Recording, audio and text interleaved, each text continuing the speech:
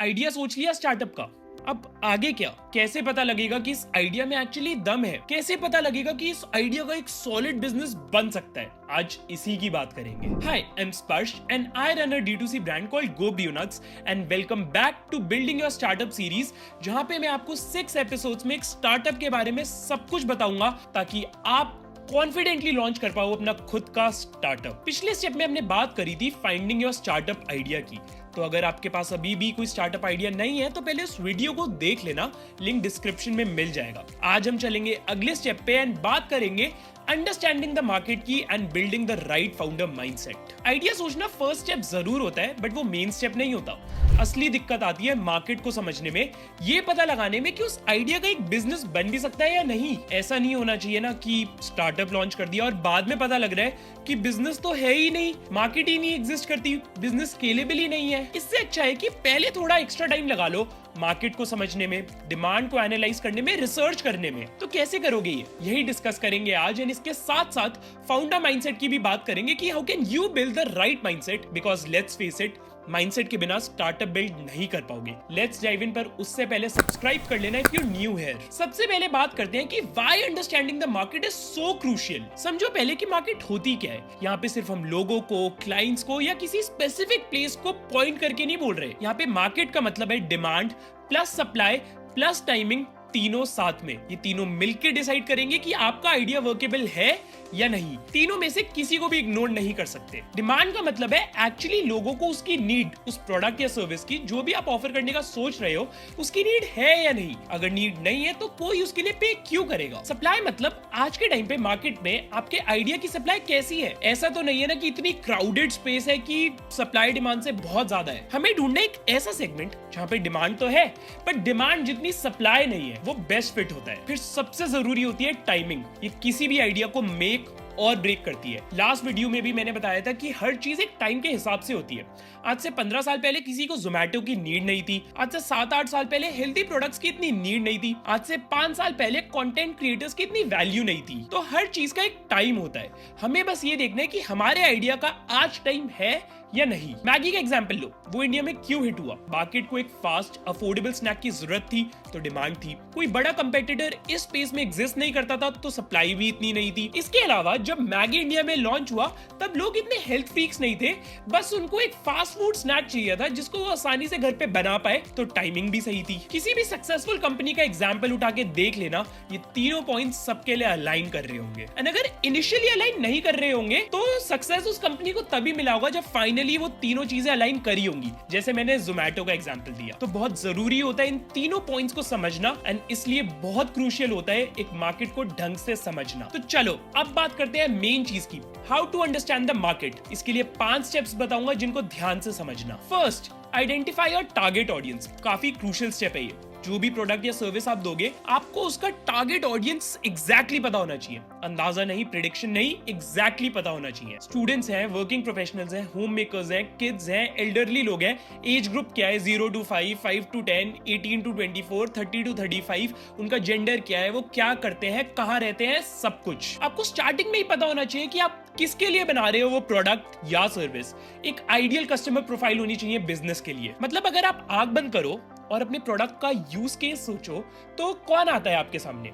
जैसे कि अगर मैं अपने प्रोडक्ट्स के लिए बताऊं तो आई सी अ 23-year-old बॉय और girl living in Gurugram eating healthy snacks from GoBrionuts while working in their offices. क्या समझे इससे? मेरा टारगेट एज ग्रुप 22 to 30 है, gender both male and female, living in urban areas and are young working professionals. आपको भी ये सब identify करना है अपने प्रोडक्ट के लिए। इससे आप समझ जाओगे कि अपने प्रोडक्ट को पैकेज कैसे करना है, किस प्राइस में बेचना है और कौन से प्लेटफॉर्म्स पे बेचना है। इसमें बहुत ध्यान रखना है कि मेरा प्रोडक्ट और सर्विस तो हर किसी के लिए है, ये नहीं हो सकता। ये इनफैक्ट नेगेटिवली वर्क करेगा आपके लिए। तो नैरो डाउन करना एंड अपना आइडियल कस्टमर प्रोफाइल बना लेना। फिर सेकंड स्टेप है to identify the pain points of these customers. आपने आइडेंटिफाई कर लिया कि कौन आपका कस्टमर है, अब ये आइडेंटिफाई करना है कि उनके पेन पॉइंट्स क्या है जिनको आप एड्रेस करोगे। मतलब उनको किस चीज की नीड है जो आप प्रोवाइड करोगे। देखो, हो सकता है कि आपका आइडिया ऐसा हो जो मार्केट में ऑलरेडी कोई स्टार्टअप, कोई कंपनी कर रही हो, तो उस केस में हमें ये आइडेंटिफाई करना है कि ऐसा कौन सा पेन पॉइंट है जो वो स्टार्टअप मिस कर रही है, जिसकी वजह से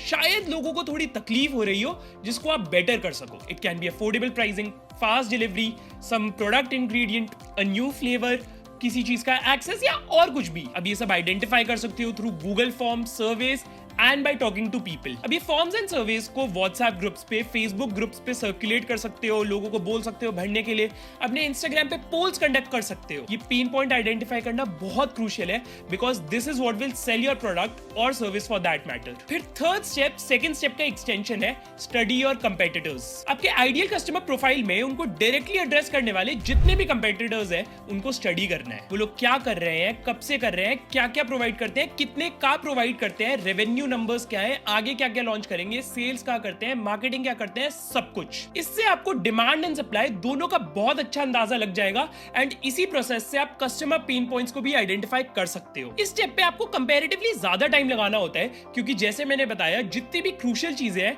उनका आपको ऑलमोस्ट एक आइडिया मिल जाता है। फिर अगला स्टेप है to identify the size of the market. फिर ये भी पता होना बहुत जरूरी है, जितना बड़ा मार्केट साइज उतने ज्यादा कस्टमर्स टू सर्व एंड उतने सारे कंपेटिटर्स एग्जिस्ट कर सकते हैं। अगर मार्केट साइज छोटा होता है तो फिर ये देखना पड़ जाता है कि ज्यादा लोग तो सेम चीज नहीं कर रहे। मार्केट साइज किसी भी इंडस्ट्री का आपको ऑनलाइन मिल जाएगा, हर जगह डेटा अवेलेबल है। इसी के साथ आपको एक और बहुत इंपॉर्टेंट मेट्रिक देखना होता है कि हर साल वो मार्केट साइज कितने परसेंट से इंक्रीज हो रहा है, उसका CAGR, compounded annual growth rate. हमें ऐसी इंडस्ट्री में नहीं घुसना जिसमें CAGR कम हो रहा हो या फिर बहुत स्लो ग्रोथ प्रेडिक्टेड हो for the next 5 to 10 years। बस इधर ये ध्यान रखना कि ये जो डेटा हो वो रिलायबल हो। ज्यादातर आप देखोगे कि अलग अलग वेबसाइट्स पे अलग अलग नंबर्स आपको दिखेंगे, तो ट्रस्टेड सोर्सेज पे ही रिलाई करना and be thorough with your research. Then last point है टाइमिंग एंड ट्रेंड्स। इस पॉइंट को मैं लास्ट वीडियो में एंड ब्रीफली इस वीडियो की स्टार्टिंग में भी एक्सप्लेन कर चुका हूं, तो दोबारा इसकी बात नहीं करेंगे, वीडियो का वो वाला पार्ट देख लेना। All in all, timing and trend shifting overall market का जानना बहुत जरूरी होता है बिफोर लॉन्चिंग योर स्टार्टअप। तो ये थे 5 main steps to understand the market. इन 5 पॉइंट्स को टाइम देना, ढंग से समझना, बार बार सुनना एंड किसी भी पॉइंट को निग्लेक्ट मत करना। अब आ जाते हैं इस एपिसोड के अगले पार्ट में, building the right founder mindset. ये उतना ही इंपॉर्टेंट है जितना कोई भी और स्टेप स्टार्टअप को बिल्ड करने के लिए, या इनफैक्ट उससे भी ज्यादा। राइट माइंडसेट के बिना तो वैसे ही कुछ पॉसिबल नहीं है, और इसकी बात हम ऐसे अलग से इसलिए कर रहे हैं क्योंकि फाउंडर माइंडसेट होना ना बहुत डिफरेंट होता है किसी भी और माइंडसेट से। तो इसे ढंग से सुनना और समझना। पहले बात करते हैं ग्रोथ माइंडसेट की। नीडलेस टू से एक बिजनेस में माइंडसेट ग्रो करने का ही होना चाहिए, पर मुश्किल ये होता है कि ये ना सुनने में आसान है, प्रैक्टिकली बहुत मुश्किल है। इतने अनसर्टेनिटीज होते हैं एक स्टार्टअप में, पैसों को लेके, फंडिंग को लेके, एम्प्लॉयज को लेके, सैलरीज को लेके, इन्वेंट्री को लेके, रॉ मटेरियल्स को लेके, कि कई बार हम भूल जाते हैं कि एक्चुअली दिमाग लगाना किस पे है। स्टार्टअप की जर्नी में ना सक्सेस स्टोरीज ज्यादा फेलियर स्टोरीज होती हैं। 10 चीजें फेल होंगी तो एक चलेगी। अगर पूरे हफ्ते में 50 चीजें आपके अगेंस्ट जा रही है तब जाके एक चीज आपके फेवर में आएगी। इसी टाइम पे ग्रोथ माइंडसेट रखना बहुत इंपॉर्टेंट होता है। सेल्फ डाउट नहीं आने देना, बल्कि फेलियर को फीडबैक समझना है। स्टार्टअप में हर चीज आप खुद ही करोगे तो नेचुरली फेलियर्स भी होंगे, गलतियां भी होंगी, बट उनसे डरना नहीं है, उनको एक लर्निंग की तरह देखना है और आगे बढ़ना है। फिर अगला माइंडसेट आता है पेशेंस एंड कंसिस्टेंसी। स्टार्टअप का, बिजनेस का, अगर कोई मेरे से एक वर्ड में सक्सेस मंत्रा पूछेगा ना तो मैं बोलूंगा पेशेंस। बिना पेशेंस के स्टार्टअप में कुछ नहीं होता।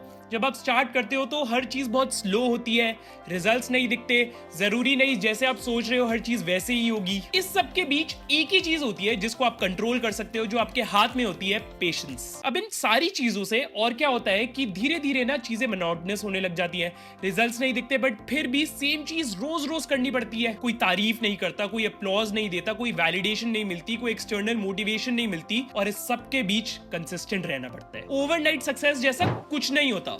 अगर एक स्टार्टअप लॉन्च करोगे, बिजनेस स्टार्ट करोगे, तो इस चीज को दिमाग खोल के समझ लेना कि इंस्टेंट सक्सेस नहीं मिलेगा। बहुत टाइम लगता है, बहुत तरह की चीजें करनी पड़ती हैं, इसलिए पेशेंस और कंसिस्टेंसी को अपना बेस्ट फ्रेंड बना लो बिफोर लॉन्चिंग अ स्टार्टअप। इसके बाद है mindset to adapt, adaptability. This is more like keeping an open mind. अपने प्रोडक्ट और सर्विस को लेके रिजिड नहीं होना कि मैंने बेस्ट प्रोडक्ट बना दिया, बेस्ट सर्विस प्रोवाइड करता हूं, मेरे से बेटर तो कोई है ही नहीं, वगैरह वगैरह। ऐसा कुछ भी अगर माइंड में आएगा ना तो मेरे से लिखवा के ले लो, फेलियर गारंटीड है। स्टार्टअप बिल्ड करने के पूरे प्रोसेस में एक ओपन माइंड रखना होता है, रिव्यूज के लिए, फीडबैक के लिए। हर टाइम ये सोचना होता है कि मार्केट के हिसाब से हम अपने प्रोडक्ट और सर्विस को और बेटर कैसे कर सकते हैं। किसी भी पॉइंट पे ये नहीं सोचना कि अब तो मेरा प्रोडक्ट परफेक्ट है हमेशा के लिए। टाइम के हिसाब से चेंज करना है, अडेप्ट करना है, चाहे प्राइसिंग हो, पैकेजिंग हो या और कुछ भी। एंड सिर्फ यही नहीं, बिजनेस रन करने के तरीकों में भी अडेप्टेबिलिटी बहुत इंपॉर्टेंट है।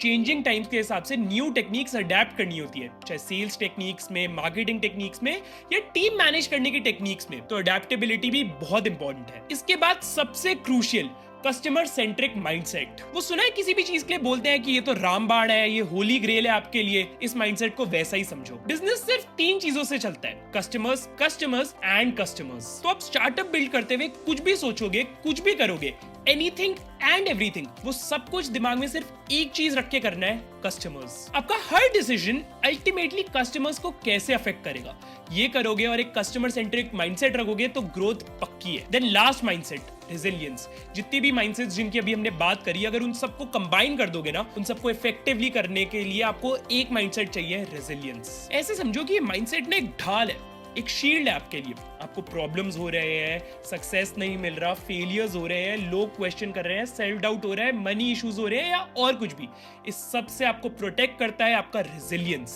ये भी बता दूं कि इवेंचुअली टिकता वही फाउंडर है जिसमें ये रेजिलियंस सबसे ज्यादा होता है। तो ये थे 5 ऐसे माइंडसेट जो आपको चाहिए to literally become a founder and think like a founder. इन माइंडसेट की बात हमने सीरीज में इतनी जल्दी कर ली ताकि आप अवेयर रहो एंड धीरे धीरे इन पे काम करते रहो। ऐसा नहीं होगा कि आज सोच लिया कि यार ये माइंडसेट चाहिए एंड बूम कल आपको वो माइंडसेट मिल गया। टाइम लगता है, धीरे धीरे बिल्ड करना पड़ता है, इसलिए जितना जल्दी समझ जाओगे उतना बेटर। तो ये था सब कुछ in step 2 of building your startup in 6 step series. मोटा मोटा हमने डिस्कस करा आइडिया आइडेंटिफाई करने के नेक्स्ट स्टेप को, कि कैसे आप मार्केट को समझ सकते हो एंड स्टार्टअप लाइफ को सस्टेन करने के लिए अपना माइंडसेट बिल्ड कर सकते हो। जैसे मैंने लास्ट वीडियो में भी बोला था, जब इन स्टेप्स को इंप्लीमेंट करने बैठोगे तो हो सकता है कि किसी स्टेप को समझने के लिए उसे बार बार देखना पड़े, तो देख लेना। ये सारी चीजें मुश्किल नहीं है, बट ऑब्वियसली आसान भी नहीं है। बट अगर ठान लिया एक फाउंडर बनने का तो डरना मत। नेक्स्ट स्टेप में हम बात करेंगे बिल्डिंग योर MVP के बारे में, तो मेक श्योर आपने चैनल को सब्सक्राइब कर रखा है। कुछ छूट गया हो या और कुछ जानना हो तो कमेंट्स में बता देना। This is purse Goyal, not perfect, just honest. Thank you for your time and I'll see you around.